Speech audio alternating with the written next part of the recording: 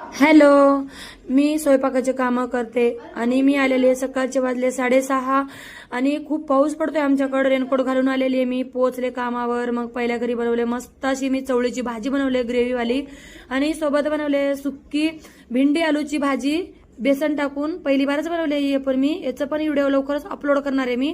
आणि बघा white rice बनवले, आलू आणि याचे पालकचे 8 पराठे बनवले. आणि आलेले दुसऱ्या घरी पण डाळीचं आटा गुंदून पराठे बनवले. रात्रीची डाळ उरलेली होती, दीदीने म्हणले 8 पराठे बनवत. 8 पराठे बनवले. सोबत खायला मी तुरीचा ठेसा बनवलेले. याच्या कढईत ठेसा आहे आणि गॅस साफ झालेले. निघाले तिसऱ्या घरी जाताना पाऊस पडला आणि बघा तिसऱ्या घरी मस्त असं मी पोहे बनवले, कांदे पोहे.